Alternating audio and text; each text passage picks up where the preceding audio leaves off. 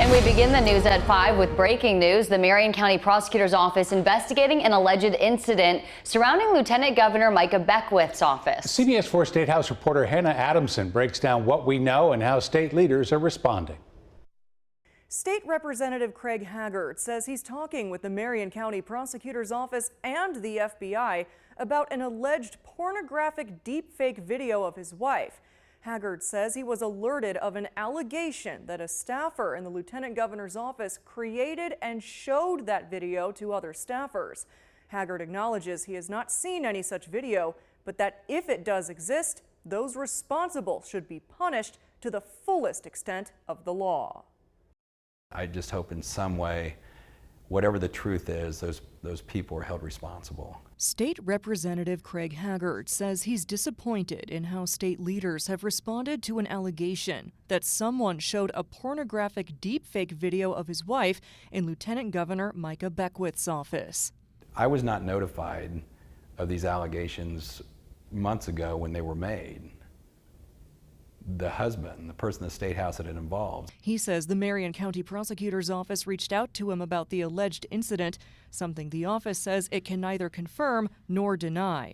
Sometimes as they work through that investigatory process, there's a number of things that individuals need to look into, and so for us, we really can't say anything publicly until we're in a position to make a charging decision or make a charging announcement. The governor's office and the office of the Senate President Pro Tem each say they are not responsible for human resources matters inside the lieutenant governor's office. If it were in my office, there would be quick getting to the bottom of it and full accountability, and I would expect that would be the case there. I tried to speak with the head of the Senate and was basically told that he could care less and don't drag him into this. So. And he told you that to your face? To my face, yeah. That, quote, I don't care.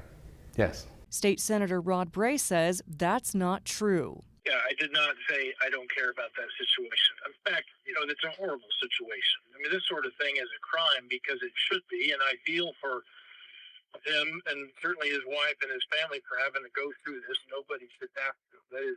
It is awful. Haggard says he's also talked with Lieutenant Governor Beckwith about the alleged incident, and he says Beckwith told him he doesn't believe the reports are true. If this proves to be true, should the Lieutenant Governor step down? So, I hate to play the what-if game.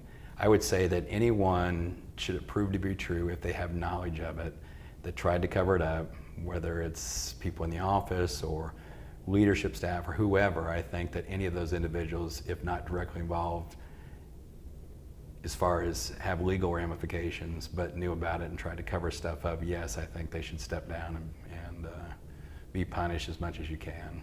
We did reach out to the Lieutenant Governor's office multiple times for comment. We have yet to receive an official statement. In studio, Hannah Adamson, CBS 4 News. We will continue following, but other breaking news right